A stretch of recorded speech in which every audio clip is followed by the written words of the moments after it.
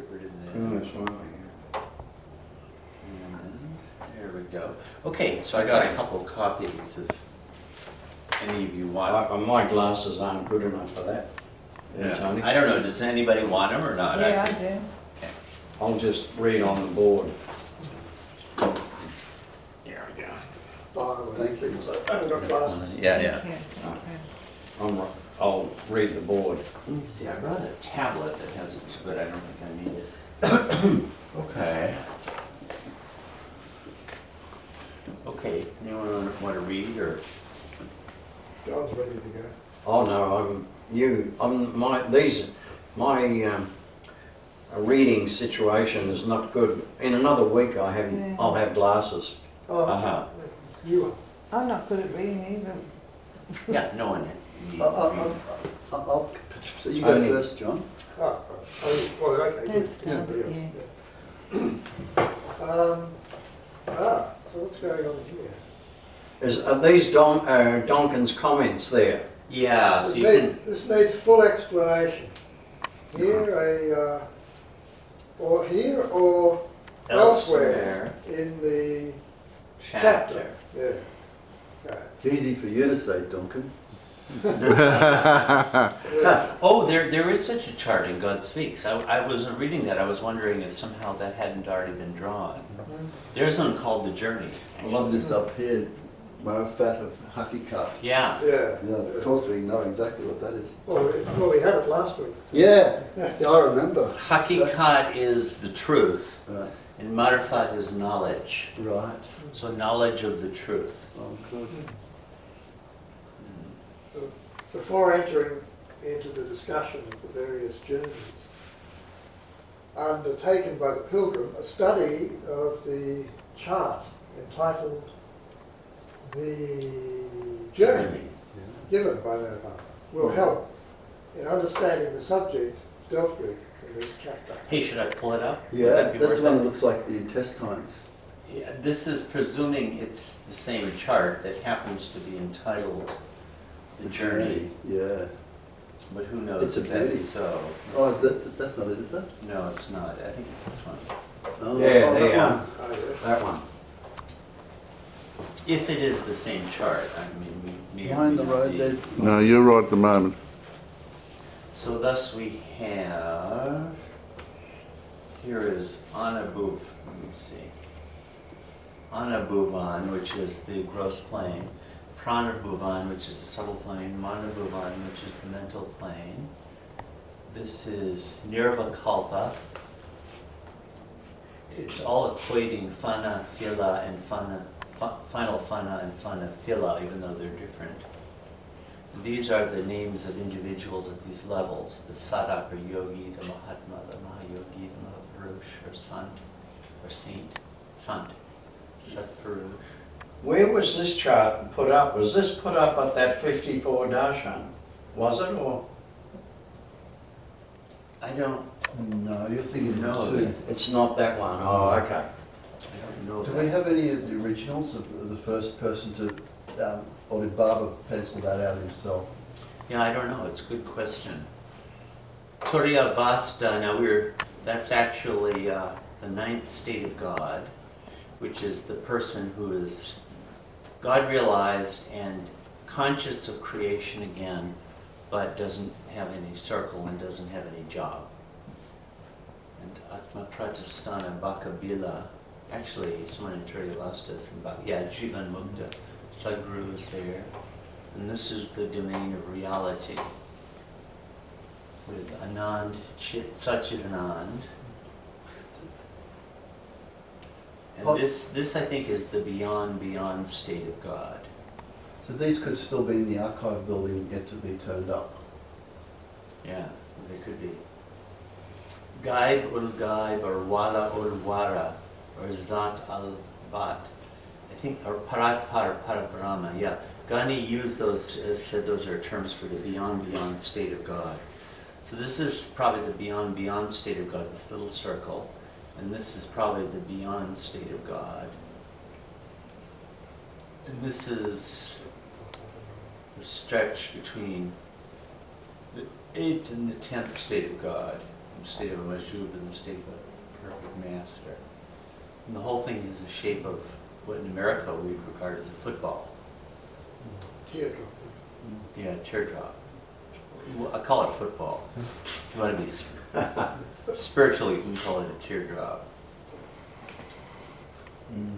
Yeah, that's what Fascinating. the New York Society was into the football. That's right, you got to Bebop's football. That's what they were talking about this. Okay, so I have to get out of this now. How do I do that? I'm stuck. Can't get out. Okay, I did it. I guess I did it. I've gone there long, I can't find my mouse. Sorry. My cursor is here. It's on the screen. I Oh, can yeah. see it. Where? There. Oh. You got it. Oh, but it's not on this one. It's Oh, not really? Oh. That's a How bummer. about that? Clicking that one help. It's there and it's not there. Nothing happened. Oh, you got it. Well done. Okay. Boy, it was Very nice. Scary. Hmm. So, we're reading some of this, or, I don't know, what do you think? I guess do or don't. well, let's just try. Is that bad? Okay. Ghani, cosmology means, Cosmogony. yeah, right. Means the actual creation of the universe, and surely Barbara's theme is not quite that. Perhaps you mean cosmology or cosmography, but why bother with any of these words? Surely the divine thing. I can see why he's crossing that. Yeah. Also, this first power of yours is rather vague. Oh, so who's saying this? I think it's all, this is all Duncan. Yeah, you're giving the reader a tip in a very offhand way that if he wants to understand this chapter, he might as well see the chart on the page, so on page so-and-so. But this chart is in the third part of the appendix, right at the back of the book. And I'm inclined to think that you ought to be absolutely definite with the reader and tell him that unless he first studies the divine theme with its chart in Appendix 3, he will certainly never understand anything in this chapter unless he is a genius of the first order, or unless he has already studied the divine theme previously in the separate booklet. Am I making myself clear? After going through the travails of the evolutionary process, we're back into Yeah, Ghani, yeah. the... Sometimes he cuts stuff out and substitutes it with these things, although he always says so. Yeah. So after going through the travails of the evolutionary process and through the varied experiences of reincarnation, man is ready to proceed towards the goal of God realization. The pilgrim has to pass through the three worlds or spheres, the gross, the subtle and the mental. These three spheres comprise the 6 planes of the first journey of the pilgrim, the journey towards God, God realization, the 7th plane. And this handwriting is probably Ghani's, I think. It is perhaps indivisible or individual or indivisible to put in something or other to point Inadvisable. inadvisable, that'll be it, to point out that the first plane is nearer to the gross plane than to the subtle plane. And it is for this reason that the first plane is inclined in the preceding sentence, is included in the preceding sentence. Oh, I guess this is the same thing again. Oh, I guess I did it twice by mistake. that's all backwards. Let us now study briefly the relationship of the first 6 planes to these spheres, the gross, subtle, and the mental. The first plane is nearer to the gross sphere. This is what he's talking about, obviously, than the subtle sphere. The The second plane is nearer to the subtle sphere than to the gross sphere. Ah, no. Because I thought the first plane wasn't within the subtle sphere. Yeah. The third plane belongs to the subtle sphere proper. The fourth plane is midway between the subtle sphere and the mental sphere. Fifth plane belongs to the mental sphere proper. Sixth plane is still in the mental sphere, but is tantalizingly near to the seventh plane, God realization.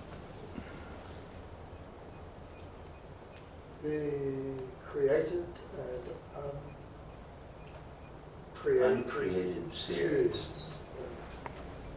Now Baba, in his vivid way, has described the various spheres, giving the Sufi and Vedantic counterparts. The gross sphere is Alam in Nasu. One of those. Yeah, those are the same thing as long marks, I think. So alam rather than alam, alam and nasut rather than nasut. Yeah. They would do it as a macron now. That's how we were doing that. Yeah. A straight line. Well, there's a long line, there's a graph. Yeah. All of that écrit or something in French. There's an aigu and a grave, and I forget what the is it a circumflex? Of the Sufis and the Bhavan of the Vedantists, which includes everything material.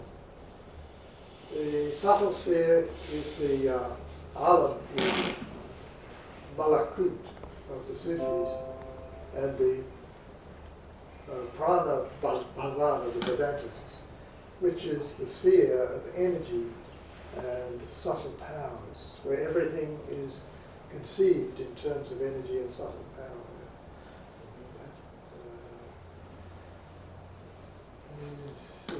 The last 7 sub-regions of this sphere is the semi-subtle sphere, or astral world, the alam in misal, which is the abode of disembodied souls in various states of pleasure and pain, states that are commonly known as heaven and hell. It's very specific, isn't it? That's a terrific contribution to the subject matter, isn't it? All of these are common terms, and so there's an alami malakut, alami jabrut, alami misal. I never saw, so that sounds like the astral. Those 7 subregions. Ghani. This last sentence tells us, according to its grammatical construction, that the astral world may also be known as heaven and hell. But what you really mean is that heaven and hell are different experiences, and subjective experiences at that, of the disembodied soul who inhabit the astral world. Also, this astral world seems to correspond with what you call the semi-subtle sphere in the last chapter. If this is so, tell us so. If not so, then tell us not so. We want to know. Isn't this fascinating that you've got this commentary between the two? Yeah. I'm kind of surprised that Donkin was so forthright. Yeah. I mean, Ghani is this old disciple, you know. Yeah. But why wouldn't you be? You know, he's a very receptive, wants to know as much as he can. He doesn't understand it, he wants it explained. Baba Perfectly probably sort of told European him to do approach it, to I it. would guess. Yeah, he mentioned that. So he was really going to do it. Yeah. But he seemed to be quite a formal Englishman, though, didn't he? You know, not stroppy, you know. Oh no, but it probably when it comes to Exactitude, yeah. Okay. he allows himself. Yeah, no, fair enough. At yeah. these British, schools, boarding schools, Yes. you get up Okay, there, yeah, okay. duke it out. Yeah, fair enough. The mental sphere means literally the abode of the mind. The Sufis know this. The Sufis know this as alam jabrut, and the Vedantists as manobhavan. The mental sphere includes everything relating to intellect, intuition, insight, and illumination. Let's see. In the lower 3 spheres, illumination in the lower 3 Yeah. carries on from. When unembodied being, is that what it says? Let's go with that. Enters the sphere. Ooh, He's something, he dreams. Dreams, yeah. Divine dreaming in full consciousness. Okay, yeah, that's what infinite intelligence keeps saying. Yanni, you started off this by telling us that Meher Baba had described the three spheres, giving their Sufic and Vedantic counterparts. Now here you give us 5 spheres with their Sufic Vedantic counterparts. Are there 3 or are there 5? You know, there's one item in the appendix, supplements to God Speaks, where they talk about 5 spheres. And one of them is the composite sphere. And it says, the composite sphere is the sphere most discussed and least understood, which is rather interesting because that's the only single place I've ever seen it discussed at all. And no wonder it's not very well understood. And it's actually divided into 3 parts with 7 layers each. One is between the real sphere and the mental sphere. The composite sphere is located in that, between those two. There's also, the second part of it is between the mental sphere and the subtle sphere. And the third is between the subtle sphere and the gross sphere. And there's never any explanation of that. But if it's between the gross sphere and the subtle sphere, it sounds like it might be the astral. Yes. In which case, it's one part of the composite sphere. And why would it be a single sphere if it's located in such completely different places? So it's rather puzzling. Because there's also the sub-astral, is there? Oh no, that's the sub-subtle. The subsubtle, yeah. Which is the astral. Which is the astral, probably. But those are the 5 spheres in that part of the supplement. The composite, then the gross, subtle, mental, and the real, or whatever it's called. Though the reluctance earlier on to put the first sphere in the subtle world was interesting. First plane, yeah. First plane, yes. Now this is rather odd, this supramental or sub-superconscious. I've never heard of this before. Supramental, some superconscious sphere is the angelic plane known to the Sufis as the Alam, the Lahut. And I wonder if Gandhi got this right. I thought the Alam-e-Lahut was something quite different. It's represented as something quite different in the chart to God Speaks, chart 11, which also seemed to me to be wrong, actually. Yeah. My archangels, I thought Lahut meant divinity. Yeah, actually he's right, it does.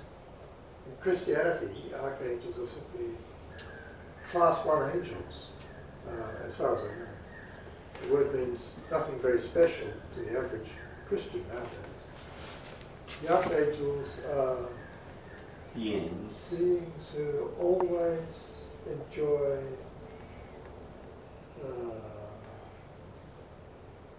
And I remember at God Speaks it says, and never suffer. Is that what this says? Yeah, That's it. it is never suffer, yeah. which is normal for them. No body. And it must be that must be over the top, in the lower 3 spheres. And this When our this body, happens, like, when an embodied being, the sphere, he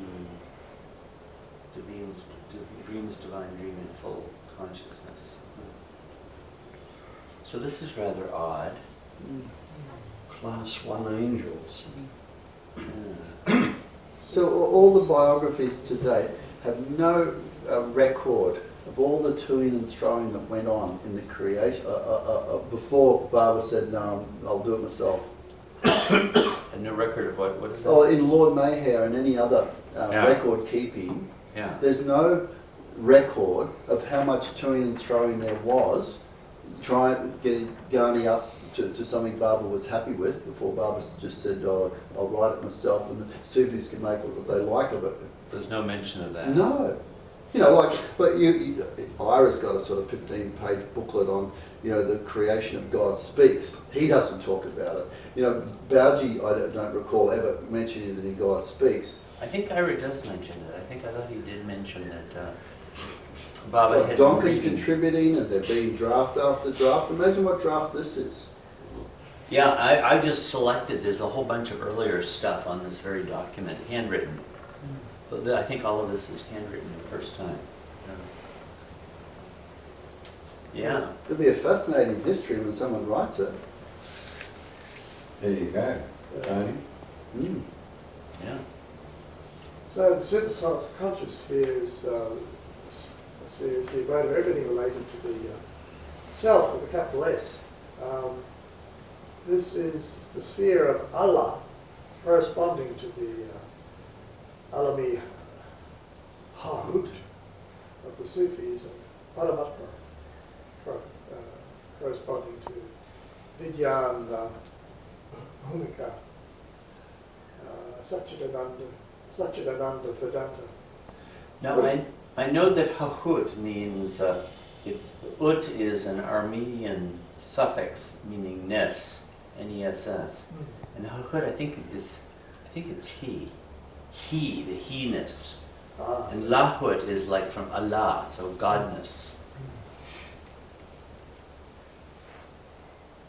To put it more explicitly, this sphere comprises everything related to God. The almighty powers, all-knowing intelligence, is everlasting, infinite, indivisible bliss. Here God, Allah, or Paramatma, is formless. Nasurat, or Nirakar. Nirakar, akar means form, and ni is without, so formless. And Attribute. So he's yeah, Allah is with and without attributes. yes. And so yeah, La Sifat or Nirguna, which means that he is the beyond state. yeah. La means no. So in the la ilaha, la ilah, there is no No God. God. But So la surat would be the form, and la sifat. Sifat is attribute, and gun is attribute, like the three gunas of sattva, rajas, and tamas. and this is the without goodness. Yeah.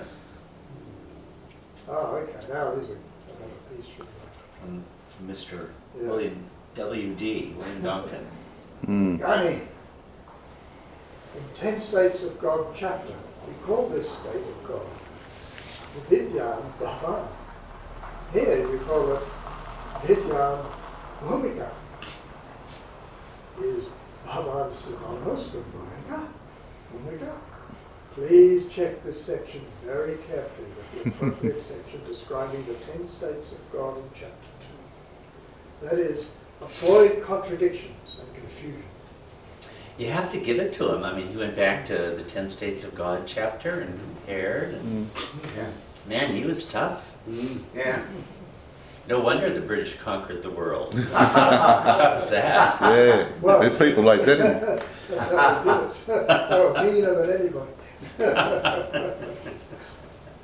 When God is with form, Bas Sula or Sakar.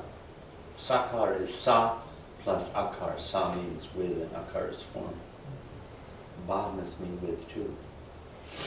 And with attributes, Ba, Sifat, or Saguna, he is divinely unattached and ultimately free from Maya, bound by infinite qualities of power, knowledge, and bliss. And By time, sphere, space. space, and causation. So it looks like Ghani read his sentence and put it in. Yeah.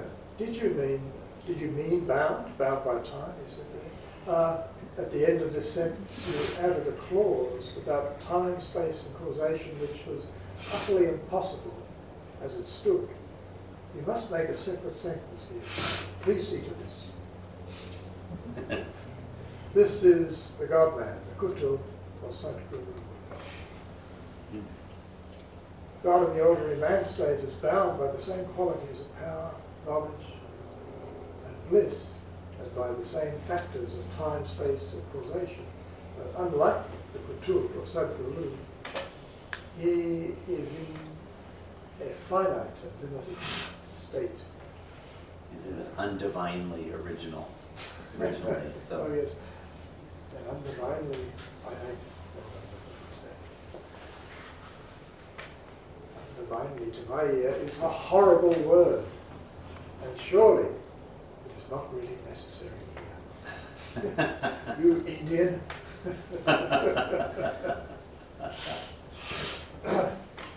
The beyond state of God, Wara or Wara, Suma Wara or Wara, is the Zat Ibahat, pure essence of the Sufis, and the Parabrahma of the Vedantists, who also call it Pir, which means neither formless nor with form, neither attributeless nor with attributes. So they had I was trying to figure out when the idea of the beyond state emerged in Baba's teachings, because it's not in discourses or any of the other stuff, but it's here. In 48, apparently it had been explained. That's the earliest. Yep. The first three spheres, or Move-on. described above, are known in Vedanta as Tribhuvan, the three abodes where matter rules over spirit. What life? Spiritual life. Spiritual life, In various yes, various degrees. The beyond state of God, which is Allah or Paramatma, it is the Satchidananda state of the highest spirit that rules over matter.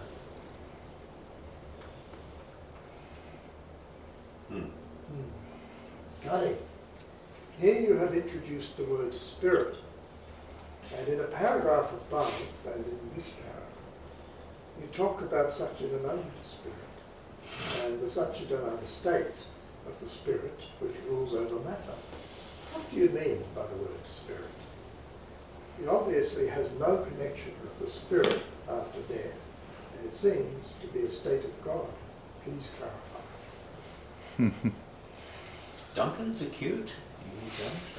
Do you think Ghani wanted to sort of throw this whole thing away?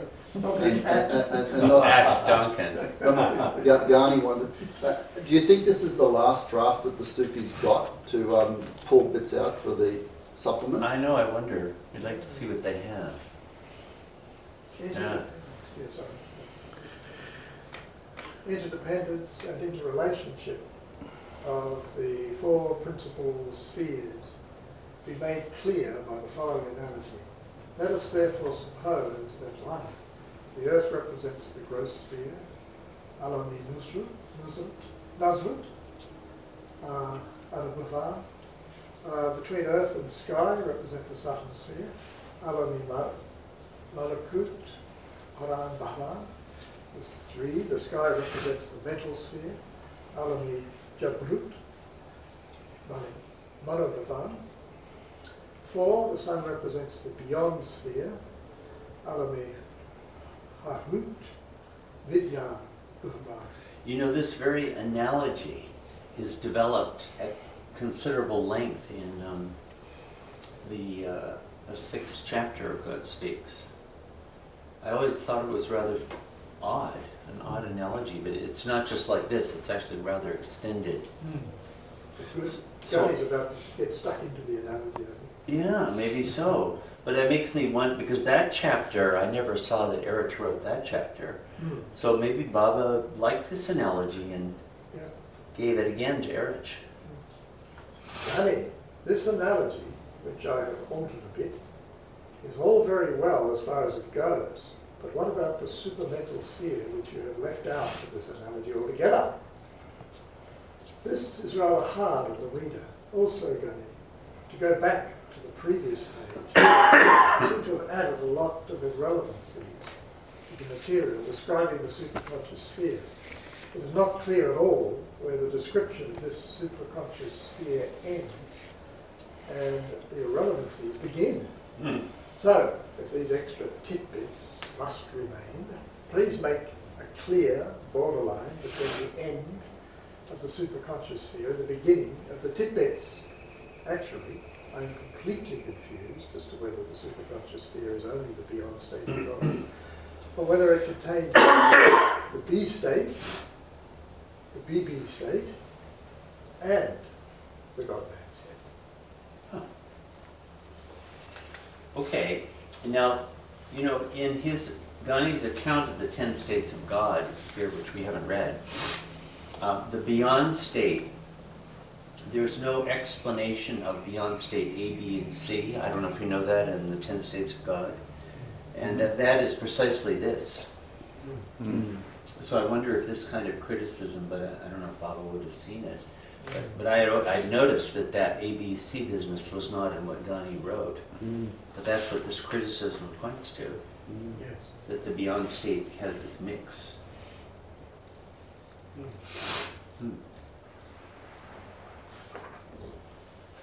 What, leaving a faint impression? Is there something? There's something on the sphere that's being Oh, properly left out. has been.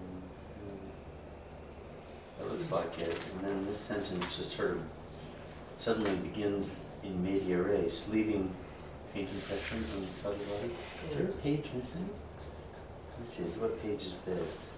Yeah, we've gone from page 6 to 7. It's got 6 and 4. That's also 6 and 4. I wonder if I just didn't put it in. Let me take a quick look and see if I can. I might have not put it in, or it might have not been there. That's quite possible. Let's see, 6. What page number is this? This is 50. Huh? Let me try around page 50 on this and see what happens. But that says 4 on the other side. So let's see what 5 says. 7, it does it here too. Huh. Well, I mean, it could appear in some other place. I mean, 7 there. Anyway, you may just be stuck with it.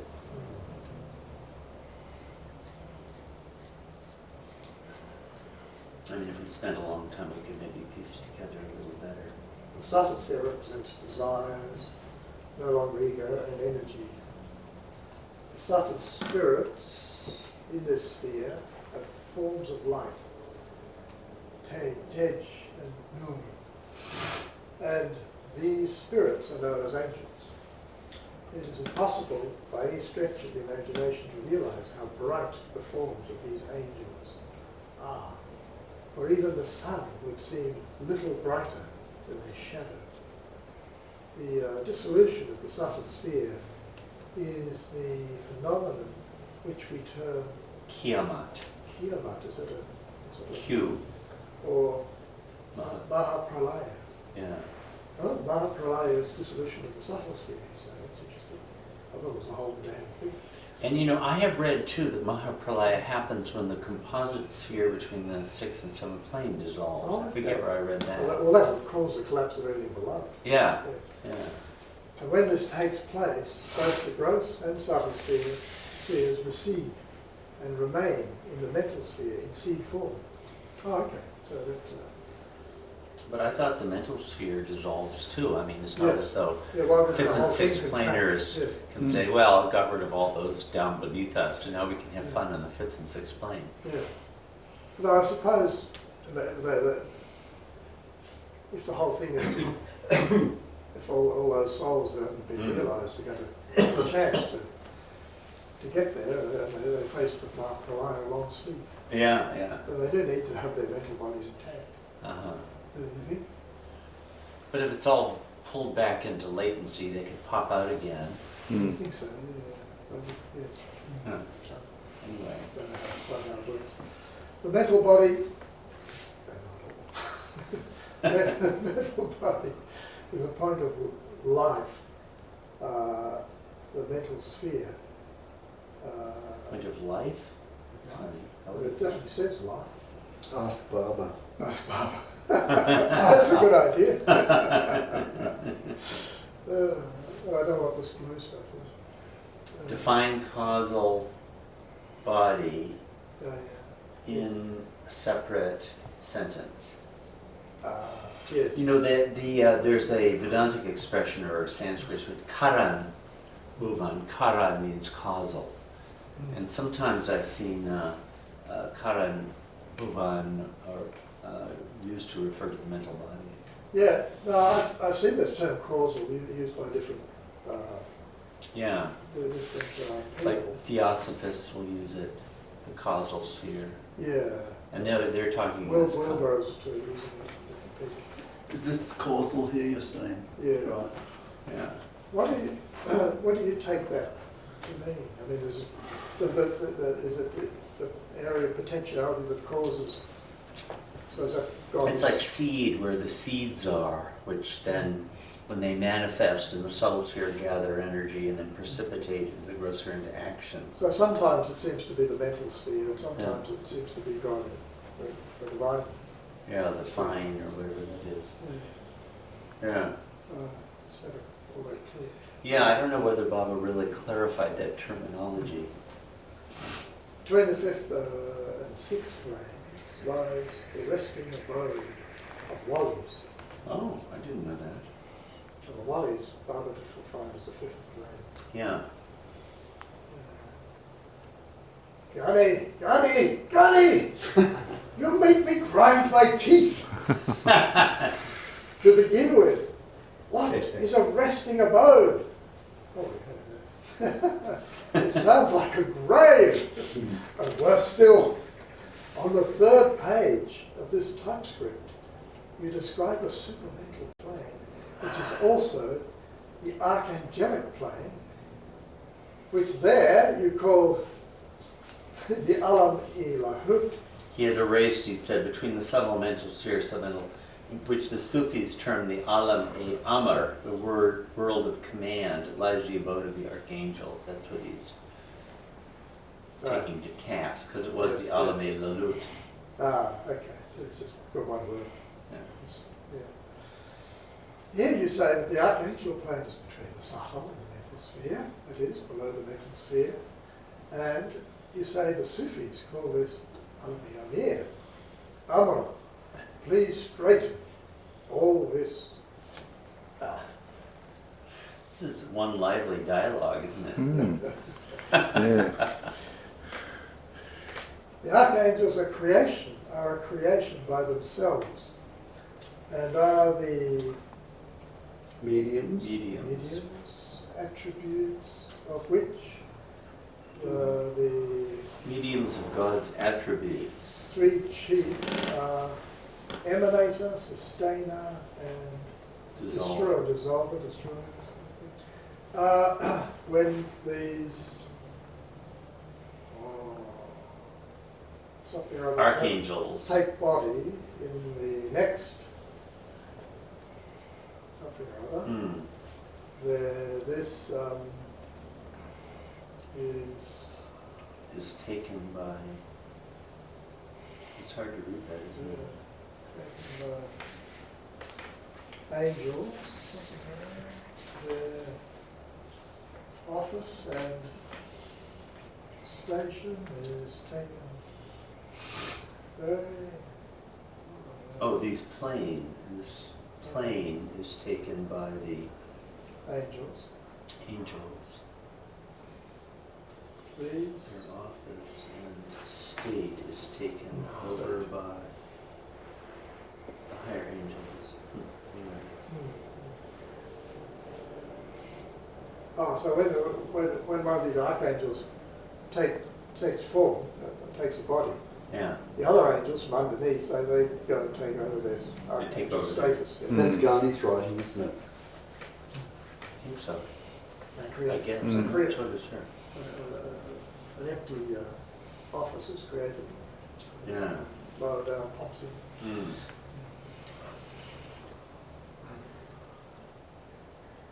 So when we get to the archangels after a cyclic period, directly take the male human form and become realized in one life.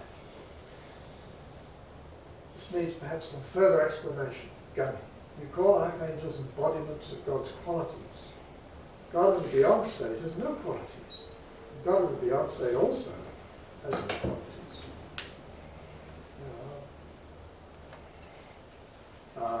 Or at least no attributes. He must mean the beyond and the beyond state. Yeah. No forms in either of these states, which seems synonymous with qualities. So what do you mean by embodiments of God's qualities? These attributes corresponding The to Trinity of the God, Vedanta, Brahma, Creator, Vishnu. and Mahesh. Maybe these crossed out lines were done by Ghani, who then wrote that revised sentence, Yeah, after being stung by being stung by the Duncan bee. Imagine the divine ocean in its manufacti original state, formless, attributeless, and utterly beyond description.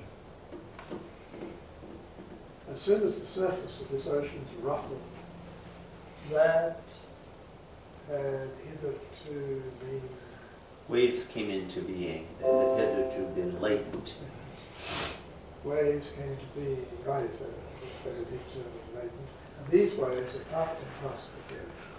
The big waves of the archangels, the manifestations of the principal attributes of God, archangels. So that's what he's saying archangels are manifestations of the principal attributes, the major attributes. The ones from which the lesser attributes probably come down. The creation of these big waves, the archangels, has resulted in creating consciousness in them also, but of rather a weak nature. In order that they may attain full consciousness of the human form, even archangels have to incarnate as human beings at the end of every cycle, which, according to our earthly computation of time, may range from 400 to 500 years. Now, I've seen that number elsewhere given by Baba, that he was going to come back in 400 years. But of course, that doesn't jive with 700 to 1400. No. Mm. But he's talking about them, those being cycles, Yeah. not when he comes back necessarily. Yes, yes. There may be a difference. Ghani, here you are talking of the archangels. For some peculiar reason, you suddenly drop this sentence about the subtle mental spheres and their relationship to time, space, and causation. This sentence is completely out of the proper place.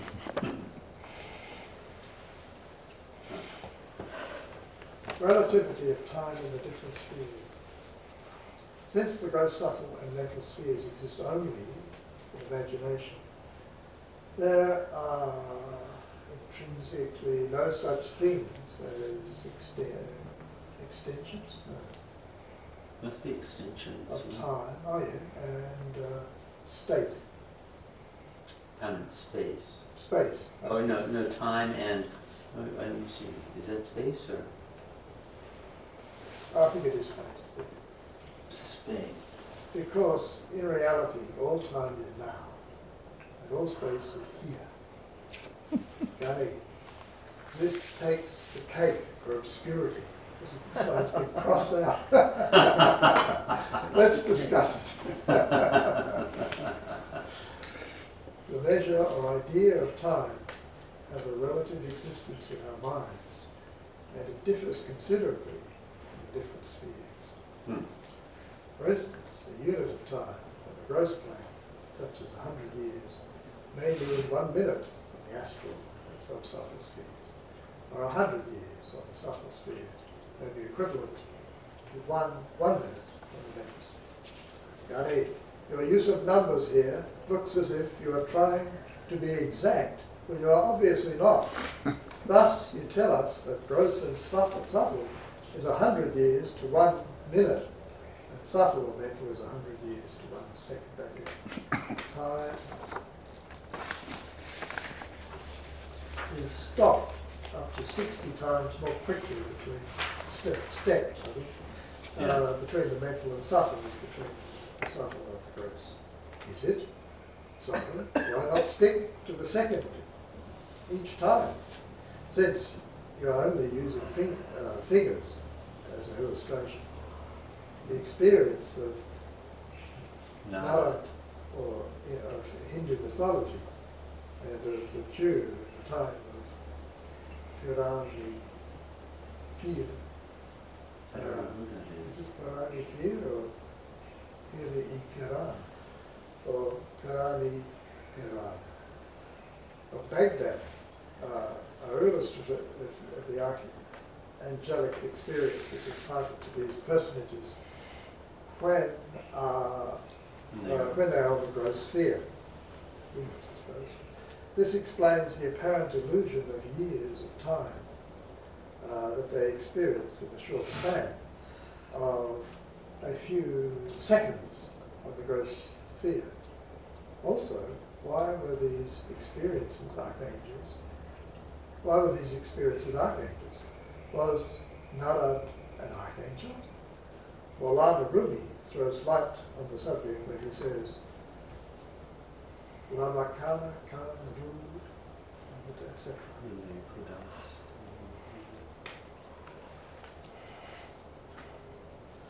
The spaceless realm of the light of God does not contain anything like the past, present, or future. Past and future only exist in relation to you. Otherwise, they are both one. Ghani, to be pedantic, you gave this chapter the title of the journey, and now you tell us that there are 3 journeys. Is it one journey divided into 3 parts, or is it 3 journeys?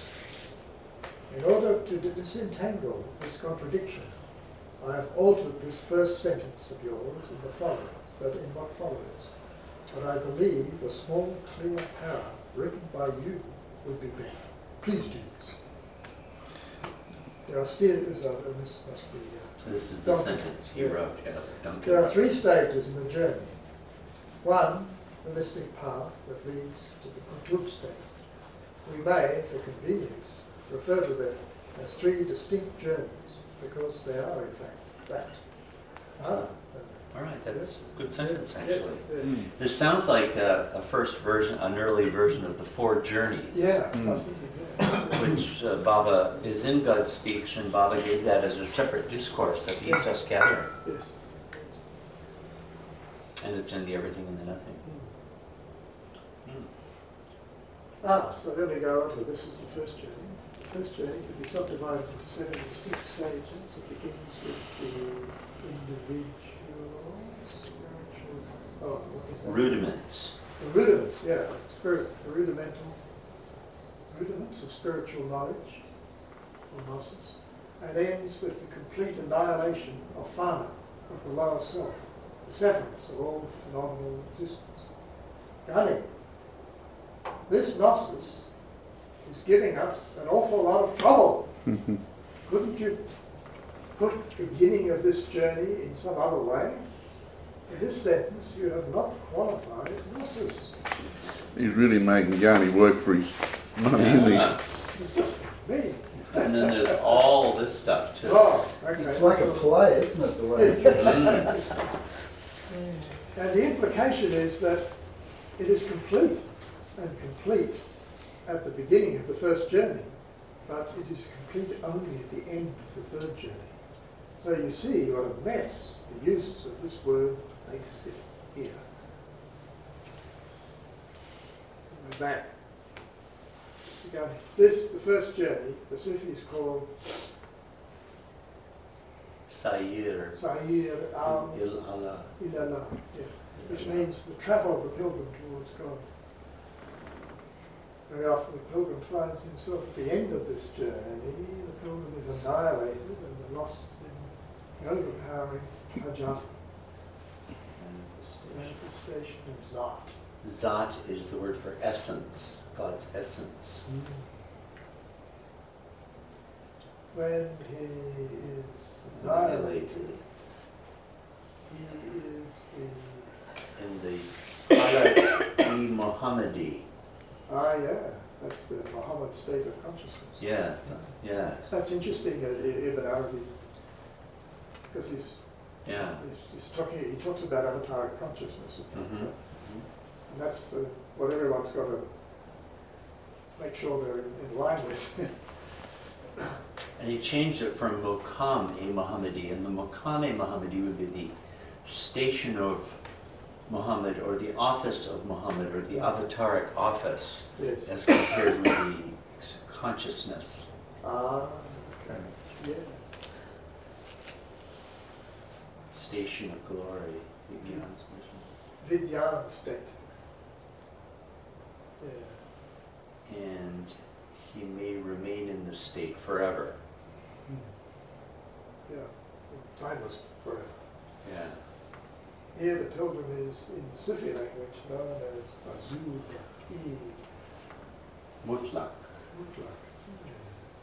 Yeah, that term is right in God Speaks. Ghani. Here you say that the pilgrim very often finds himself lost and remains lost forever. But surely, what you really mean is that every pilgrim becomes drowned in the state of fana, and that very often he remains drowned forever.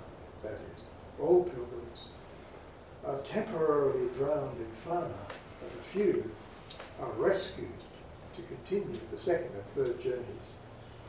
Also, you must use this word, epiphany. Really. Epiphany means manifestation, and according to my dictionary, Hajjati means brilliance. So the use of epiphany seems confusing. Now, I see, you must use this word, epiphany, as credit. Or is it must you use? Yes. Must you use Must this you use word? this word? Yeah. Yeah. So your use of epiphany seems confusing.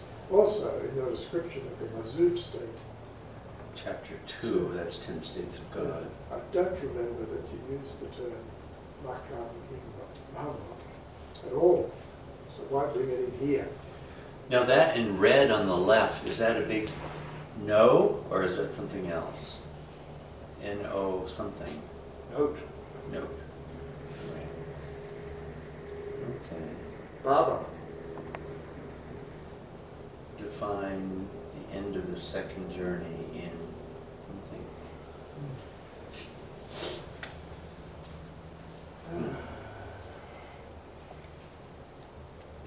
Anybody else want to read? Any other readers? Yeah, I'll have a go. Feel like it? What are we up to? Second journey. Second journey. The second journey begins with the annihilation of the lower self.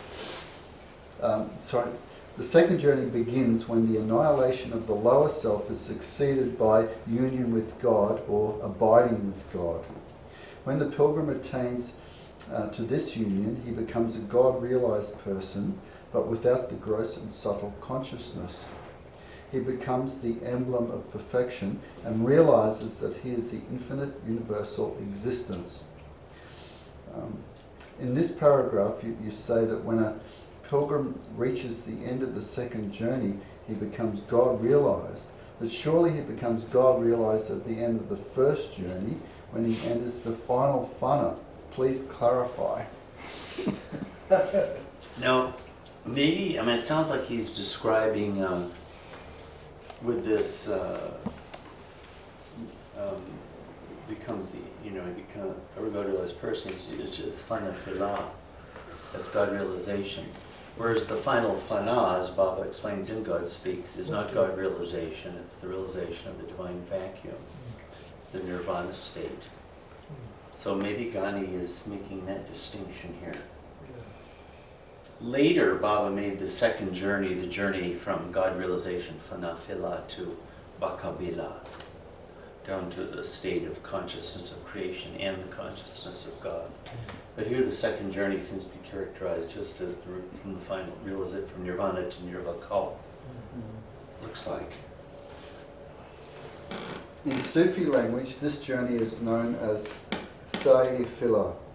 It is the travel of the pilgrim in God, whereby he finds himself covered with the sifat, attributes of God. Ghani, surely you have got hold of the wrong end of the stick here. You again talk of the attributes of God here, but it is the chapter of the 10 states of God.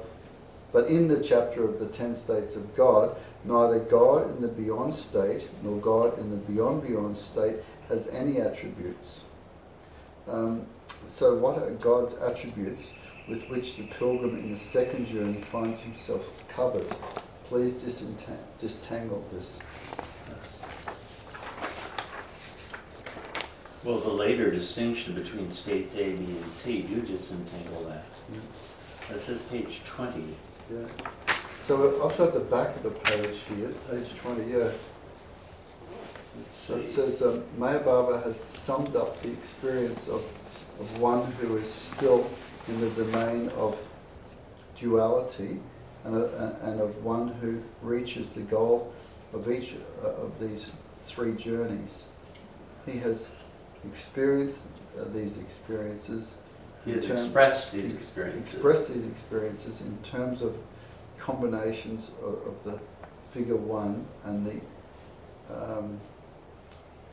something 0. Cipher. Cipher 0. The figure 1 represents the something of reality of God, and the cipher 0 and affigals of it represent the illusory nothingness of these spheres, the Bhuvan, Tri-Bhuvan. It will be It seen. will be seen that the experiences of these different states are expressed by combinations of the figure 1 with a 0 or several zeros, and there's something relative positions. Thus. Okay. Well, now we're on to page 11. I don't know how that got in there, if it belongs there or not. It's interesting, Baba, when he was doing sign language, who was it? Dr. Barucha or someone came over and said that, show how Baba sign language, well, 0 wasn't like that, it was like this. Oh, That's an interesting 0. Yeah, you'd think he would do that. Yeah, That or something. yeah, 0. Because that's the perfection. So. Yeah, so he was... Yeah, but isn't that good? Yeah, I like it. Zero, like, It's both a 0 and it's turning. yeah, like, Wow. That's really Yeah. 0. that's a really unusual one, isn't it? Yeah. Yeah, I didn't know that. But 0 is a verb. Yeah, it acts. It does stuff. It revolves. The third journey. The third journey begins at this union with God's state and ends with the perfect master state. The pilgrim adds to the superconscious state the gross and subtle consciousness. He becomes the center of the spiritual universe, so that every point and limit reached by individual human beings is equally distant from his station, whether they are near or far, since all stations revolve around something, Him. and in relation to the Q-tub, there is no difference between nearness and farness. To one who has gained this supreme position, divine knowledge and gnosis and passing away are as rivers of his ocean, whereby he replenishes whomsoever he will. The Sufis call this journey Samadhi. It is in the journey with God. It is the journey with God. Sayir means a journey or traveling. And ma must mean with. One who has completed this journey enters the state of bhaka, a permanence in God, in which otherness entirely disappears when things are seen as manifestations of the attributes and names of God. Ghani, you make bhaka at the end of the third journey seem rather boring. I did this whole third journey just for this. I should have stayed back home. So even when he gets it right, he's still not right. Yeah. Some of you have a chance to describe the perfect master state. Here you have a chance to describe the perfect master state in a very impressive way, and you have let it slide into a rather feeble and uninspiring sentence. He hardly gets a paragraph out without getting a habit. The three journeys have been succinctly summed up by the Sufi poet Maulana Mian Ahmed Barivil, blah blah blah. Boy, Ghani really knew the poetry, didn't he? Right, it's got the left, last one, it's got back of them. Oh, In the school of love, the very first lesson of one who happens to gain entry is annihilation in God. yeah, so that's Fana Filaho. This must be Urdu, I suppose. That part must have known something. Yeah. The must second have. lesson is that I don't know if it was of Urdu. losing consciousness in his annihilation. The third lesson is the pilgrim's return to normal consciousness. Here is he is assured of everlasting abiding in God. So that's Bakabila. Huh. Wow. It's interesting how we've got that's on a black page. Maybe Yeah. I just pasted it on a black page. There's some Naga address there. The spiritual pilgrim, while undertaking these three journeys along the path, must. By the way, this is all here on the back side. All right. Gross, subtle, and mental. And look at he gives terms. Lower inspiration is first plane, second plane is intuition, third is higher inspiration, fourth is inner sight, that's antargyan, fifth is divine presence, sixth is illumination, and seventh is union with God. Wow. And I guess these are Arabic words, ilhan, whatever those are, kashf. What are they again? You started at the bottom, did you, and worked Yeah. up? Okay. And gross sphere is intellect, that's akal. Yeah, so that's an Arabic word. Basara. Ilhan, something done, kashf,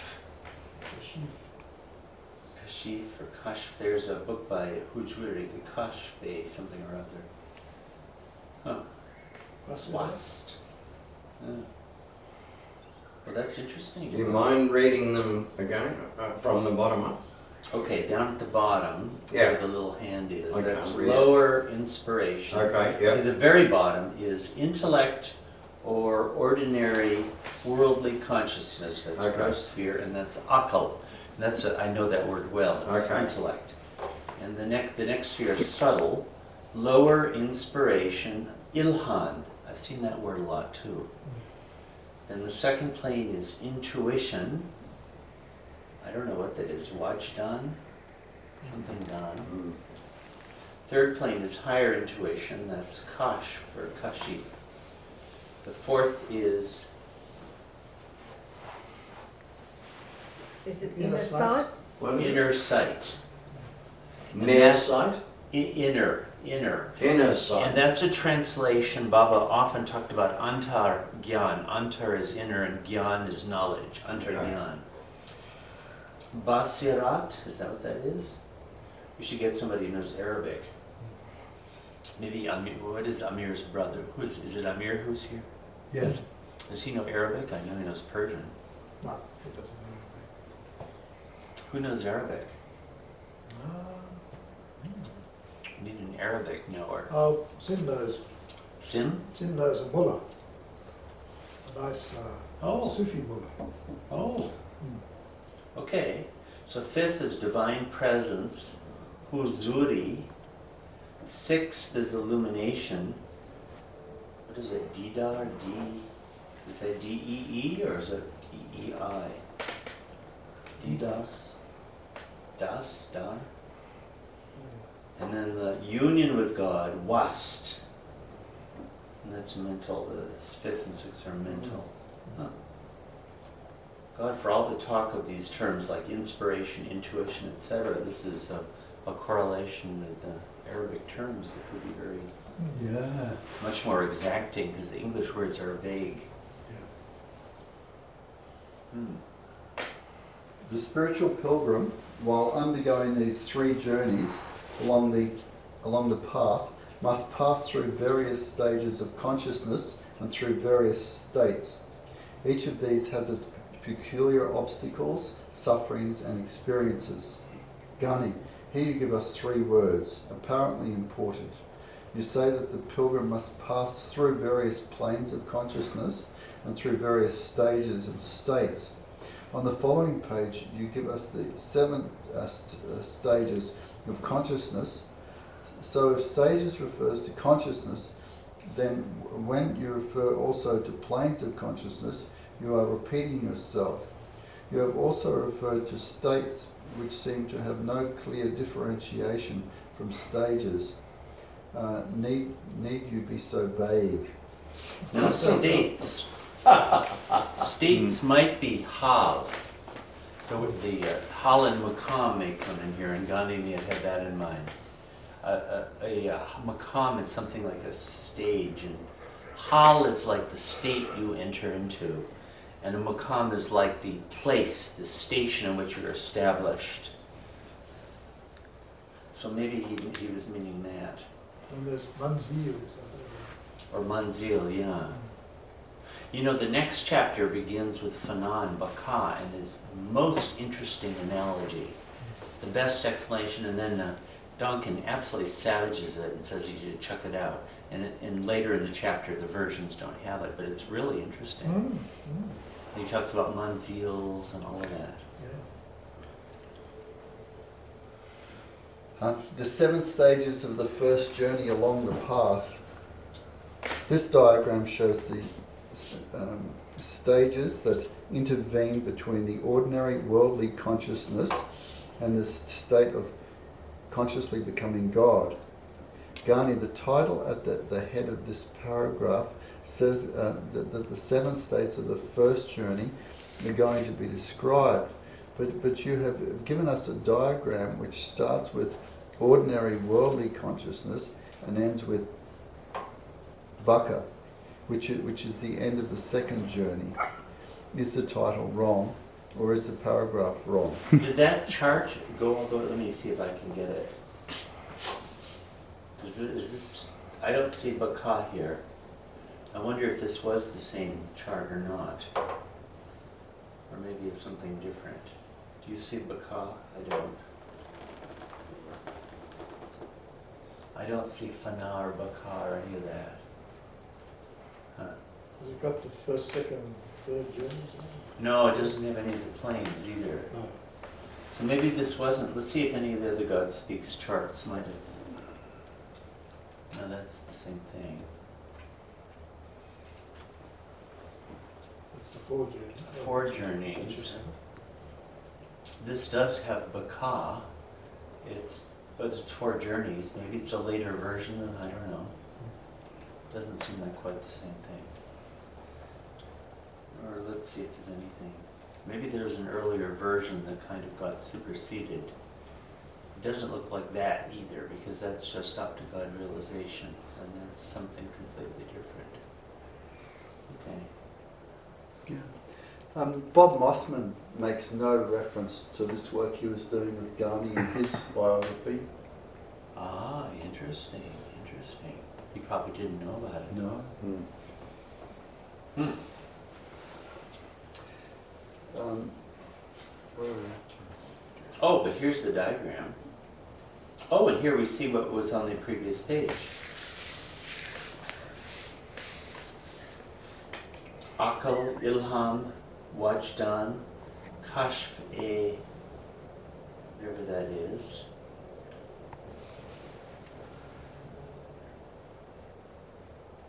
Kazan, He said,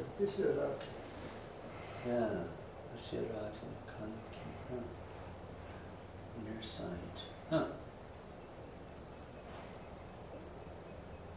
God knowledge by realization. Huh. But it gives it again down here. Yeah, here you can read it. Okay. Do you want to read the 7 planes or states of consciousness? The seven stages of the first journey along the path. Is that what we're up to? Yeah. Is that where we are, or are we down here, or where? there's a whole lot of numbers. Oh, right. That's that God knowledge by realization. Yeah. But then that content is described below the line there. The 7 planes or states of Yeah, that's consciousness. right, yeah. 1. Intellect, akal. 2. Lower inspiration, alnaham. 3. Intuition, vijnan. 4. Insight, or the yogic plane, which tempts the pilgrim with its supernatural powers from drawing nearer to God, kusami basrat. 5. Higher inspiration, where the pilgrim feels God in everything, kushi kunu. 6. Illumination, where the pilgrim sees God in everything, still dualism, kasaf zahi. 7. Revelation, when the pilgrim is no longer conscious of dualism and becomes one with God, which is the wahi of Sufis. Those who are now in the gross sphere, D, must cross the 7 planes in order to realize God. The first 3 planes lie within the subtle sphere, C, and the 5th and the 6th planes lie within the mental sphere, B. The 4th plane is between the subtle and mental spheres. Now, Ghani, you are for it. You must straighten out this. Must straighten all this page out. Here are some of my protests. 1. I think that this diagram would be easier if it were put the other way up, with akal at the top and baka at the bottom, and with A for intellect and D for revelation. 2. It is the first line of explanation of the diagram. You say that the 7 planes or states of consciousness are, and then you go on to describe them. The first plane you described as intellect, and in the figure you must you show intellect as part of the gross sphere. Thus the first plane belongs to the gross sphere. Does it? In the final paragraph of the description of the diagram, you say that the first 3 planes lie within the subtle sphere. Do they? You see that you have told us the first plane is in the gross sphere and in the subtle sphere. Is it? 3. You need to put some descriptions in inverted commas, such as feels God, sees God, etc. This this looks as if you have quoted these words, or as if they are purely figurative. 4. You have put numbers 1 to 7 in the diagram opposite certain apparently equivalent terms, representing states of consciousness, and opposite certain spheres. Because of this, it appears that the first plane is on the gross sphere, which is surely wrong. So please, Ghani, thrash out this page and this diagram very thoroughly so that the contradictions are eliminated. You know, if I was Ghani, I'd just go to bed and stay there after all that. You wouldn't have seen me again. It's a wonder Duncan didn't just write the thing out himself. Well, Ghani could take it. He would get all the stuff from Baba, but he would sort of give it back too. I like to see what Ghani's responses were. Yes. And when the pilgrim reaches the subtle sphere, he acquires spiritual insight. Ghani, according to the diagram, when the pilgrim reaches the subtle sphere, he acquires lower inspiration on the second plane and intuition on the third. He only gets insight on the fourth plane, which lies between the subtle and the mental spheres. Please correct. He can see with the subtle eye all subtle things. He can read the thoughts of others and can influence ordinary beings. Ghani, here you say that the subtle eye and not the subtle eyes. Do you really mean that they are one? There is only one eye in the subtle body? Because some readers may take this as a literal statement. Let's ask Baba whether the subtle body has one eye or two eyes. When the mental sphere is reached, he acquires higher inspiration and you can feel the presence of God.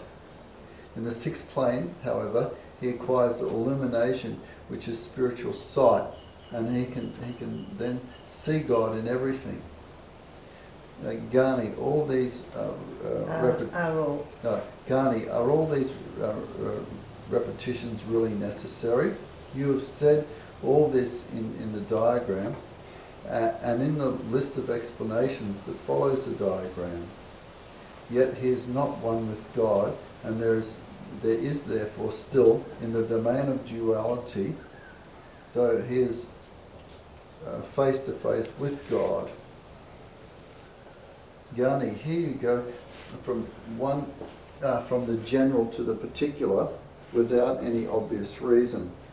It looks rather silly, as if restoring sight to the blind and raising the dead were not really miracles, but something else. Please change this in your own way. Very few pilgrims. Well, if you don't want abuse, change it in my way. Change it your own way to get my drubbing on the next draft. Very few pilgrims, something passed beyond the mental however, passed beyond the mental sphere to become one with God.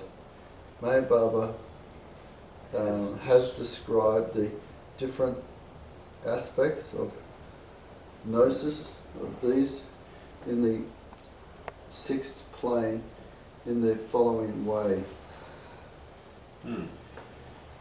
Ghani, I don't know where you took the stuff that follows from. It seems quite irrelevant to this present context. We are now discussing the first journey, and unless you give an explanatory paragraph here, the reader will not appreciate the connection to the next page or two with the subject of the first journey. So please write a shock-absorbing paragraph. I guess he's referring to this, I suppose. Only God exists, and if anything exists due to ignorance, its reality is illusionary. It then exists as God's shadow, which means that God is both in the state of knowledge and ignorance. In the language of Sufis gnosis, all the four ideas that follow are based on something true. Oh, something's not going to like that. It would appear to me that Duncan has just spent countless days typing up whatever Ghani had written. Possibly Ghani gave him a handwritten document, so he's typed up what Ghani's written, and then immediately said whatever came to his mind. I mean, it might be this. This is probably what he got. Right. I just didn't reproduce this. Right. And then who has made all of the handwritten, redraft of the typed document? Do you think that's Ghani. This that's is Ghani's Duncan. handwriting, I think. Doesn't it look like this handwriting? This is what I have on the screen But now? Yeah, that's the same. over the top of Donkin's typed. But that's what I mean to say. Doesn't that look like this Yeah, handwriting? yeah. So maybe Ghani revised and put it right on Yeah. the page. And assuming that Ghani lived in Nasik, no, that's not true. No, he didn't. He was, He was on but site. he was in staying with Baba a lot at that time. Right. Yeah. What year is this? Probably 48. Okay. I think Donkin would have been. I don't know where he was in So Wayfarer. do you think these guys were communicating by mail? Or just across the compound. I would bet more likely across the compound, don't you think? But Because it's extremely time-consuming work, isn't it, for Donkin to write up everything and then all of his Donkin details. obviously typed it. Yeah, Because he put typed it in the compound. unbelievable. He put in a hell of an effort. Donkin was a, fastidious, hardworking guy. Was there office people that would have typed it up and then sent it for him to comment I afterwards? doubt it. I bet Donkin typed it up himself. Looks like it to me. Extraordinary. Now this is in God Speaks, in the supplement. They put this into the supplement. If someone else can probably read. Okay, and these are the aspects of the sixth plane, or I think it is.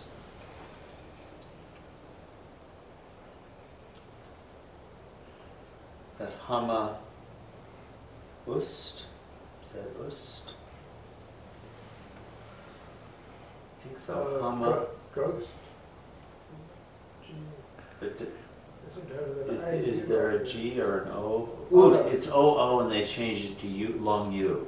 So Yeah. Ust, Hama Ust, everything is he. Hama Az Ust, everything is from him. Hama Ba Ust, everything is with him. Hama Dar Ust, everything is in him. Is that an Islamic proverb that people learn off by heart or something, is it? He seems to say, what did he say on the previous page? That Meher Baba has described the different aspects of gnosis of these in the sixth plane in the following way. But that sounds Sufi. Oh no, these are his. So this is Meher Baba described it. And so I don't know where he got this from. It's a nice little piece, isn't it? I've seen it before. God Speaks, I think, says more about it. This is the supplement. Right.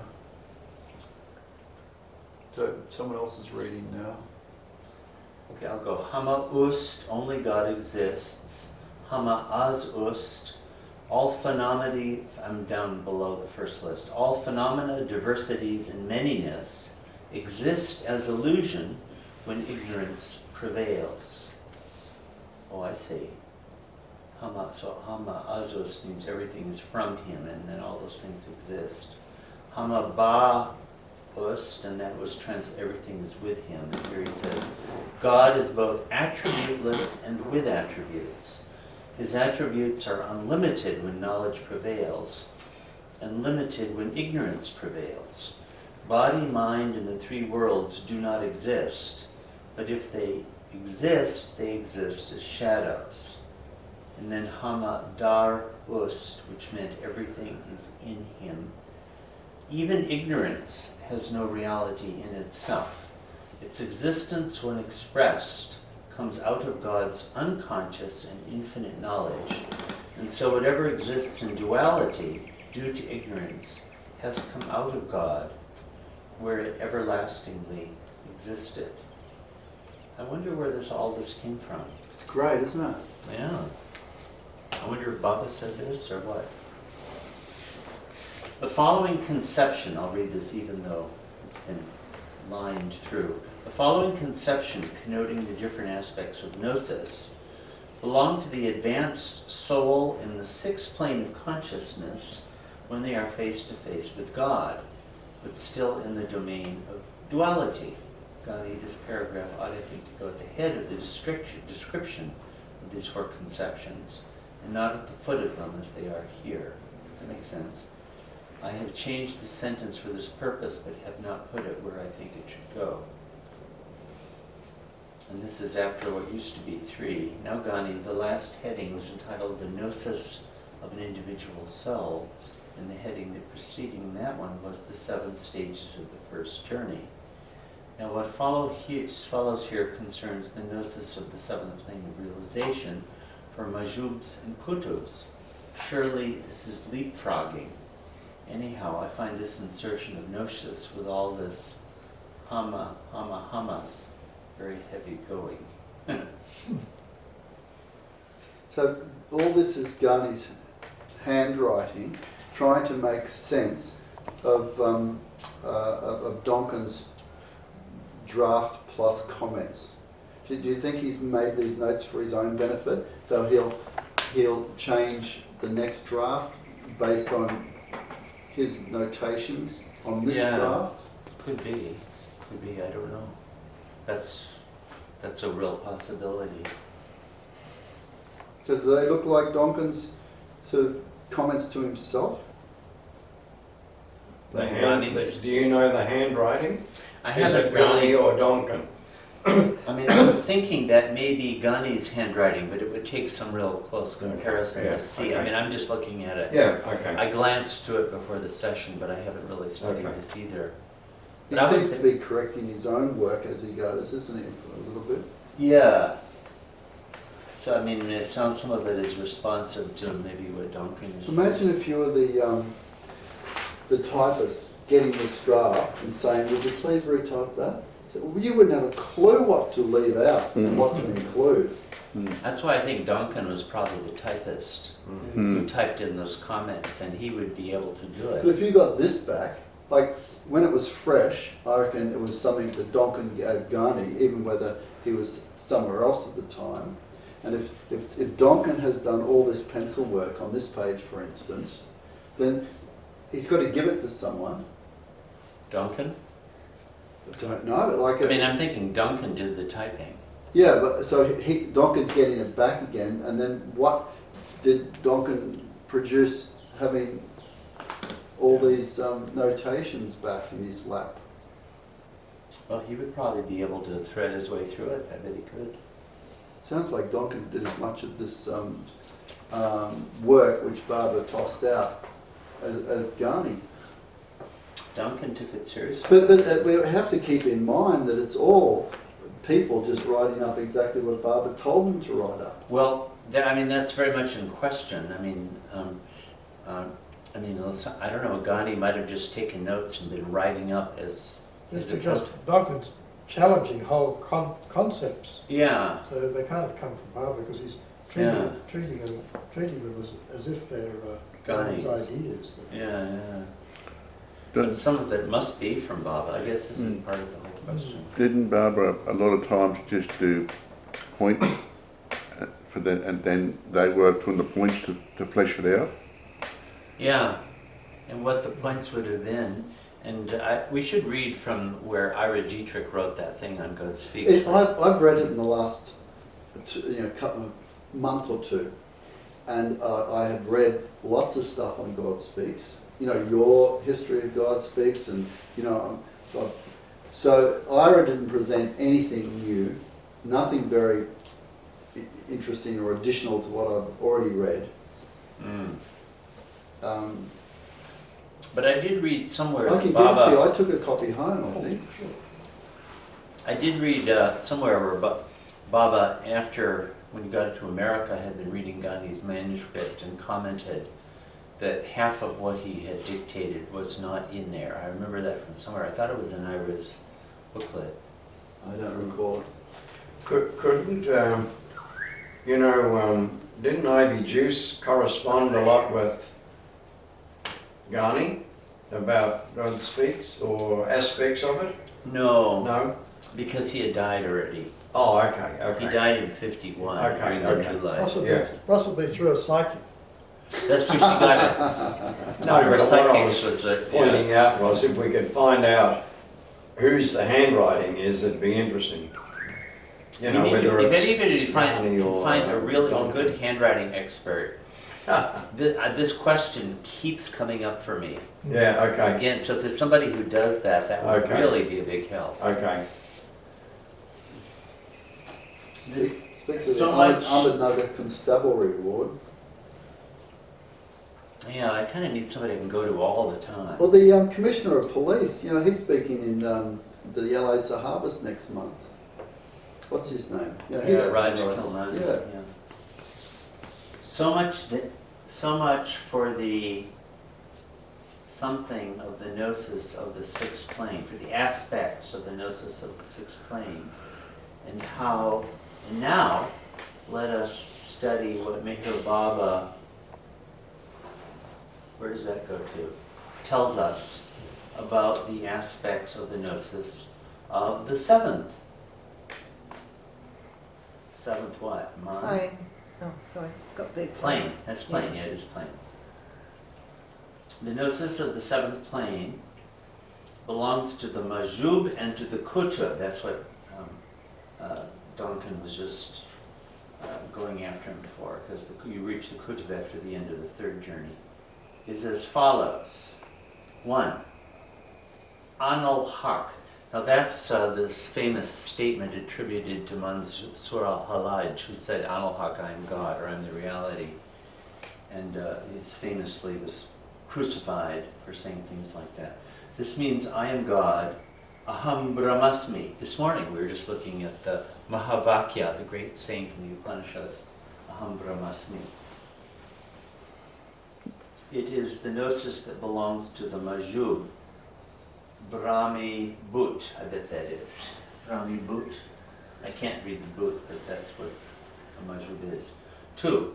Hama Ban Ba Mam Man Ast. I thought we just, okay, Hama Ba Man Ast. This means that everything is with me. It is the Azad e Mutlak, and that appears on the chart that our Dietrich did, and it's also in the part 8 of it. Let's see. Gnosis of the Jivan Mukta. Okay, that's in the 9th state of God. Or Fana Ma Albaka, Turiya Avasta. Okay, that's all the 9th state of God. And Turiya Avasta means the 4th state. That's one of those puzzling things. Hama Man, I don't know, is that Ast or is it something else? This means I am everything. Hama Darman Ast, everything is in me. Hama Asman Ast, everything is from me. The gnosis of the 3, 4, and 5 belongs to the Kutub and the Sahib-e-Zaman avatar. There's a whole chapter on, the last chapter of this manuscript is on the Sahib-e-Zaman, or avatar. I mean, he's using the word avatar. Obviously, the Sufis would not have that idea. All of the 5 aspects of gnosis enumerated above belong to the plane of God realization, and they connote mere variations and different degrees of spiritual perfection. Sorry. See chapter 13, page such and such. God realization, sakshatkar. Okay, that means immediate face-to-face experience of the presence of. Sounds more like the 6th plane than 7th, but Baba sometimes uses sakshatkar to mean 7th plane. Or Khuda Shanash something has 3 advancing stages, and they are given below with their Sufi and Vedantic counterparts. Ghani, what do you mean by God realization having 3 advancing stages? Surely tarakat is not realization at all, but is something preliminary to it. Please clarify this business and consider whether these terms are really necessary here at all. Again, I find you jumping from one thing to another without any warning and without any connection. This I find very irritating. Yeah, it is true. He says God realization, then he talks about tarakat, which is the path. That's the spiritual path. Antardrashti equals Ain al-Yakin, realization by sight. Hakikat which equals ek yata. Ek means one, so that's oneness, equals hakol yakin, realization of oneness. So hakikat is probably like nirvikalpa samadhi, the realization of God. Tarikat is the realization of the path, the planes. And marifat would be God realization with consciousness of the universe too, probably. Marifat equals anubhav, equals urf ul yakin, equals gnosis of perfection. And these yakin things, the chapter on the sevenfold veil goes over this. Again, that makes me lead. Did Baba himself, how did that get in there in that chapter? Baba gave it, I suppose. Ghani, in cases where you jump from one subject to another, you ought to do two things. One, make a warning or introductory paragraph. And two, leave a gap and put asterisks like this typed sheet. This will help the reader tremendously. Where this should go in. People generally overestimate their own feelings and experiences, so that any state of religious ecstasy may very often be erroneously considered as the supreme state of God realization. See how he's got type sheet there? So leave a gap and put asterisk like this typing machine. So Donkin's made his own mistake there, Yeah, which he's corrected in pencil yeah. himself. So it's a real combination of stuff, isn't it? Like how much did Donkin scratch out of this? Yeah. Yeah. Where did you get this? Did you get this from the archival crowd? They could probably tell from other stuff they have whose the writing is. They could probably tell whether it's Ghani Well, or they don't- Donkin. They don't have handwriting specialists either. Okay. I really do need to find somebody. No, but you know, if it's the distinction between Donkin and Ghani, Yeah, would, you know, like you should be able to, like a person should be able to tell, shouldn't they, you know? yeah, If you've got examples. So Yeah. the archival crowd might be able to say, this Well, looks like... they haven't got the people who can make Okay. that kind of comparison. Okay, We need to find somebody like, so if Okay. you hear of anybody, okay. if there's anybody in the Baba world who really can analyze handwritings, Okay. boy, It'd be we cheaper to need get it. it. It'd be cheaper to get an Indian. Yeah, there probably won't be anybody in the barber world, but But you know, working with, it's like working with pros that, you know, you have to pay like Yeah, a lot of well, money and it's an operation. I really, maybe much Raj better. Kalani, you know, he's got a few No, mates that owe him No, I favours. did write him once, but, you know, I need to be able to just feel someone I can deal with informally and easily. Mm. It'd be really good if there was somebody who just So did I don't know that. how you got through infinite intelligence without that. Well, it was a very clear manuscript. So, right, Yeah, it wasn't like this. right. So Samadhi and Istagrak, that seems to be the Sufi term that they use as the corresponding term to Samadhi, is defined a state of complete stillness of the mind. And there are many degrees of Samadhi. And he had used the word merged, as the mind merged. Is merged the right word? The highest mystic state of God realization is only achieved by those who have transcended the subtle and mental spheres. Yoga Samadhi is nothing but a long trance, hal. We were talking about hal earlier, which means a little spiritual rest for the pilgrim on a particular plane.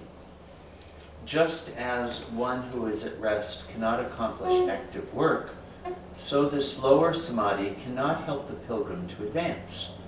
The mind is temporarily stopped, whether it be for 1 minute or 1 year, and the lower ego and intellect are not annihilated.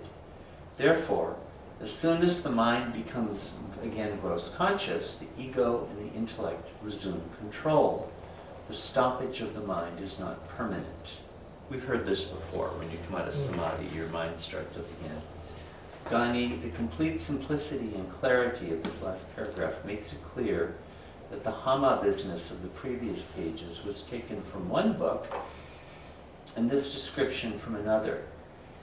The change from one style to another is very conspicuous. So Duncan seems to be saying that Ghani was sort of compiling from different sources. The state of God realization is only attained by those who transcend the limits of ordinary intellect, developed intellect, and inspired intellect. The following diagram may help to illustrate the difference between the lower types of samadhi and the highest samadhi. Mental sphere, inspired intellect; subtle sphere, developed intellect; gross sphere, ordinary intellect. On the top is real samadhi, yogakalpa samadhi, jnana samadhi. Ghani, if you pinch from different books without telling the reader, you must coordinate what you pinch so that your writing is consistent in itself. Any reader who has carefully studied this chapter will at once try to compare this diagram with the diagram on page 12 of this typescript. The English terms on the diagram on page 12 are quite different from the terms on this diagram, and any attempt at comparison ends in utter confusion. You must straighten this out. Also, Ghani, this diagram is supposed to show us the distinction between the lower samadhis and the highest samadhi, and the only samadhi that it mentions is the real samadhi at the top of the diagram. Where have all the other samadhis gone to? Okay. How are we doing? It's 10 to 5. Do you want to Yeah. go to 5 or what? Do you want to stop here or It's only 5 pages left. only 4 pages, Mark? It will thus be seen that the yoga samadhi of any standard or quality belongs to the subtler mental spheres, and as such it is therefore still in the domain of duality. And then he says in the diagram, this can't be seen. The difference between yoga samadhi and nirvikalpa samadhi, which belongs to the seventh plane of God realization, is infinite. Ghani, sorry to keep on picking holes in this chapter, but this chapter, like the last, goes round and round in circles, etc. I'll just jump.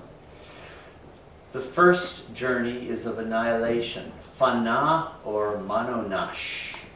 Look at that, he used the term manonash, and this was before new life. Yeah. I Yeah, never. the Mananash, yeah. No. Is that the first time you've seen it this early?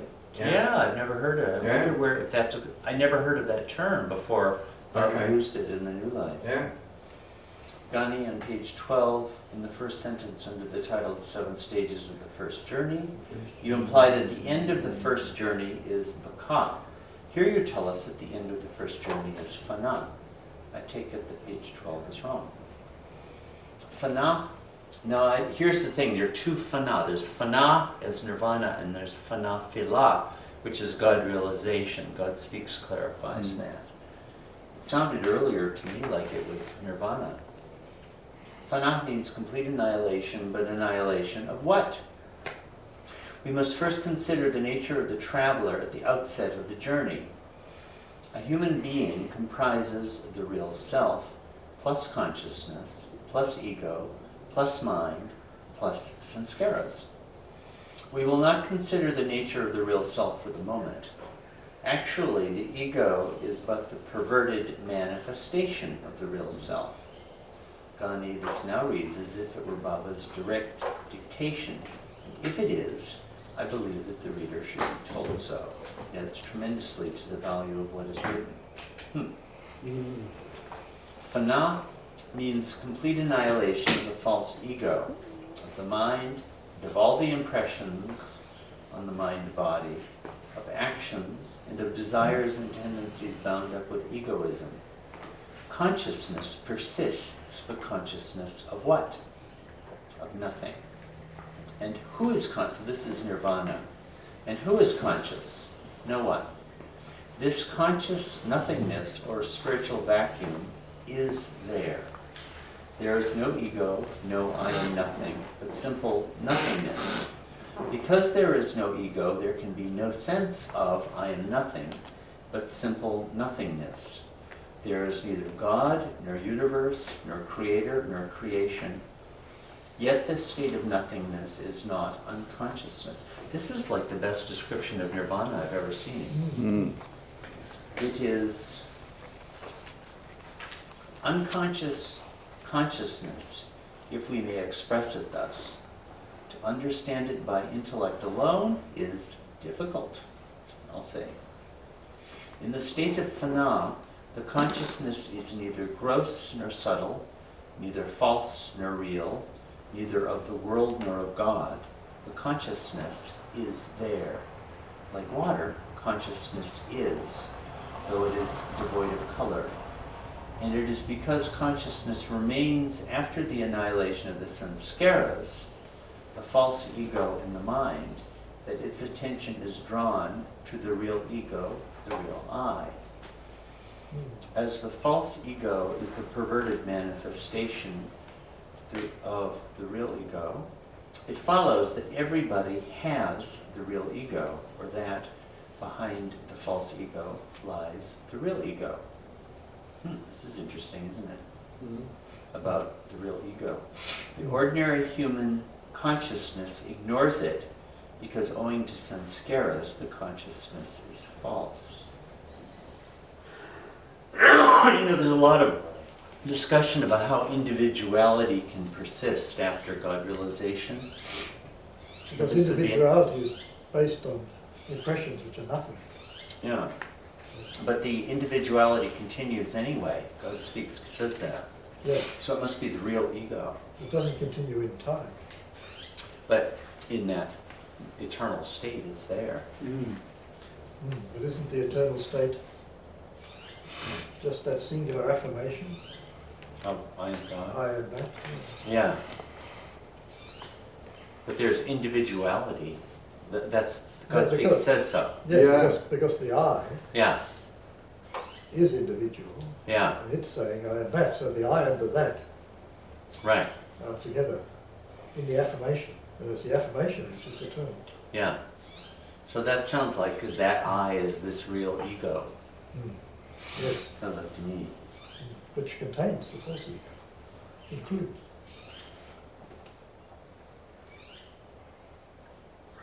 Before, no, where did we get to? Yeah, that's right. Before the manifestation. Manifestation, that's it. Oh, I see. The ordinary human ignores it, yeah. Before the manifestation of creation, the Almighty or Paramatman was latently conscious, i.e., he did not know that he was God, so he may be said to have been devoid of the real ego. Paradoxical as it may seem, on the false consciousness depends the real consciousness. Wow, like the illusion that sustains the reality. Yeah, and in the beyond state, there's the nothing, that point of nothing. Yeah. Is in there. That's right, it's in the, Because otherwise it wouldn't be complete. yeah. That sounds like Baba. It's the original real everything. Yeah. This does sound like Baba, Has doesn't the it? nothing. Yeah. And on the false ego, the product of a false consciousness, which is the outcome of Nukush al-Mal, sanskaras, depends the real ego. Yeah, that's very good. Duncan had said this sounds like Baba earlier, and it does. Yes. 2, the second journey is from fana to the state of, I can't read that word, abiding with God is, it says there. Maybe we'll get it later. It doesn't look like baka. Fana, manurnash, to baka, atma pratis dapana. Annihilation or fana was described in the previous section as a spiritual vacuum. The process by which the egoless consciousness reaches the real self constitutes the beginning of the second journey along the mystic path. And then crossed out, but baka is not nothing, it is the transformation of the unconscious consciousness into the state of superconsciousness, state of I am God. and they have Baba on the left, and Duncan says, Ghani, I suppose the first two sentences of this para were written by you, and what follows is taken from Baba's dictation. The third sentence starts, but Baka is not nothing, but whoever said that it was. You never did, and so this sentence is let loose longing for its father. Now Ghani, some more trouble also in the Hama business, and he writes Baba. Maybe it means take this question to Baba. Maybe Yes. that's what that means. Red Baba means take it to No, that could be Ghani writing, Baba said this? yeah, just advising Donkin that these are the bits Baba spoke. That could be. But why would he use a blue and a red? Yeah. Maybe he, on two separate occasions, he went through this. I don't know. Or maybe, I don't know. In the Hama business, you give the words Anal Haq as meaning I am God, and you said that these words belong to the Majub, i.e., one in Fana. Now, Baba's dictation tells us that this I am God state belongs to Baka. So you see how these inconsistencies are mounting up page by page. You know, there was a lot of inconsistency earlier in a book by Ramju is written about this, and Baba didn't really sort it out until God speaks.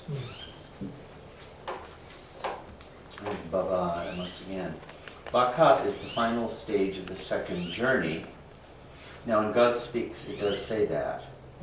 Here, real cosmic consciousness and godhood are attained, but not at the state of the perfect master. Yeah, this is what God speaks says. This does not mean that the state of the perfect master is higher than the state of a majub. The difference is not of degree, but of function. Now, the second journey in God Speaks is not a majub, it's the ninth state of God, or a Jivanmukta. And Duncan asks, why bring in a majub in here when you're talking about the state of Baka?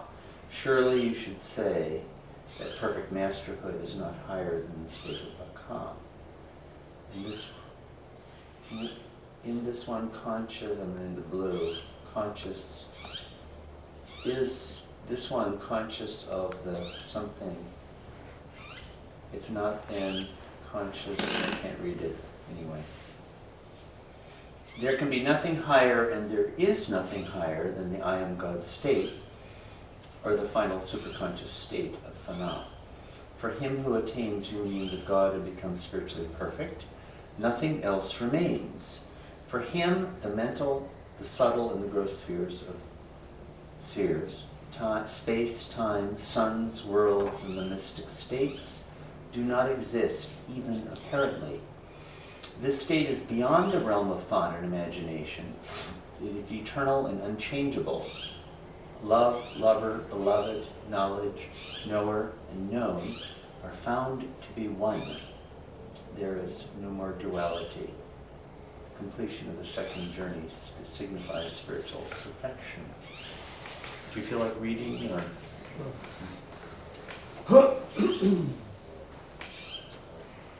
Ghani, the subtitles describing the first and second journeys are different in structure from this title. Please make this third title conform.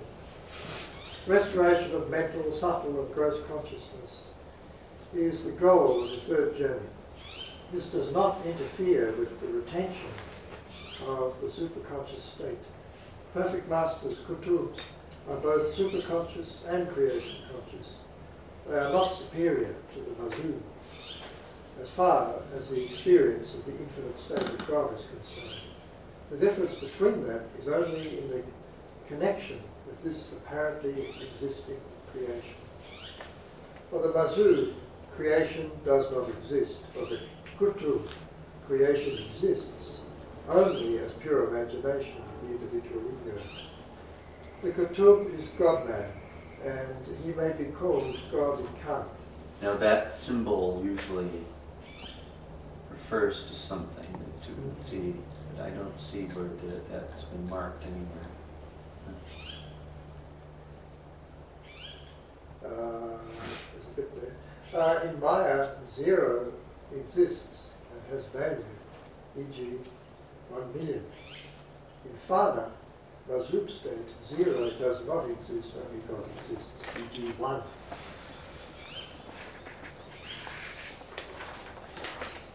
Marafat of Hakika. In Baka Kutum state, zero exists but has no value. E.g. point zero, triple zero, one. Only this last figure business representing Baka might be confused with the decimal figures. Let's discuss this. Now, you told us that the Baka was the state achieved at the end of the second journey. Okay. Now you tell us this is the figure. Now you tell us at the end of the second. Now you tell us in this figure business that Baka is the Kutu or Sadguru state, which is the end of the third journey. I agree that a Kutu is the state of Baka, but to this state of Baka is added normal consciousness. I suggest that what is really wanted is a brand new term to signify the state of consciousness of the Kutu at the end of the third journey as compared with the state of consciousness of one at the end of the second journey.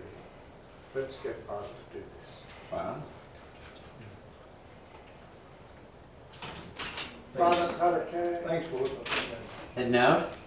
Okay. Uh, Sifate Kish Kardan. Baka Juma Sifate. Sifatish Bara Shunya Gorshane Raz. Rose Garden or something or other. Oh, that could be. Maybe sense. Fana is the shedding of all attributes. Baka is their resumption and the renewal of contact with them. Ghani. Are Fana and Baka verbs, which is what we make them here? Suppose they could be. This is the Kutu, or Sadguru state. The corresponding bodies.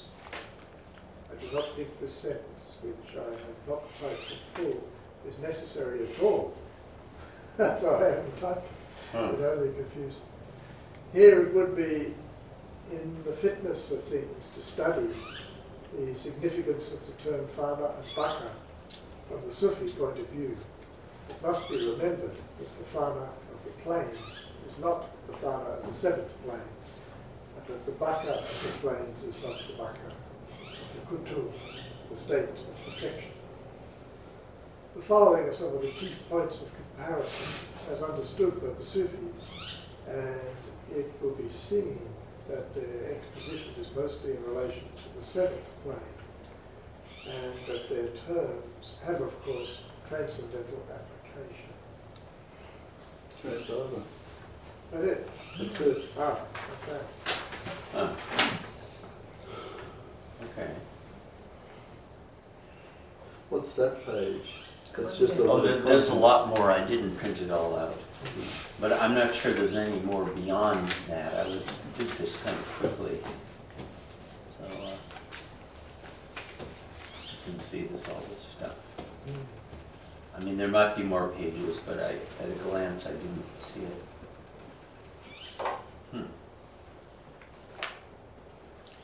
Oh, actually, there is more stuff here. I don't know what. Anyway, it's probably this. But a lot of this appeared in God Speaks. Yeah, this is in God Speaks. So I'll write to Ira and ask him if he's read through this document yet, and tell him we're reading it. And Yeah, no, I would bet you 50 to 1 he never has. no, it's only been released, hasn't it? Oh, yeah. Or what Ivy and Don worked with. If it's the same thing or Well, we'll not. ask them. We'll say, have you got this from the archives? What have you guys got? Have you compared it yet? When are you going to give Do they know that the archives were lost? I imagine Jess would have No. sent it to them as well. No, Oh, I'm no, sure that she wouldn't have. No. No. No, it just went to us. I just got this and it only came because we Yeah. asked for it a month ago. Yeah.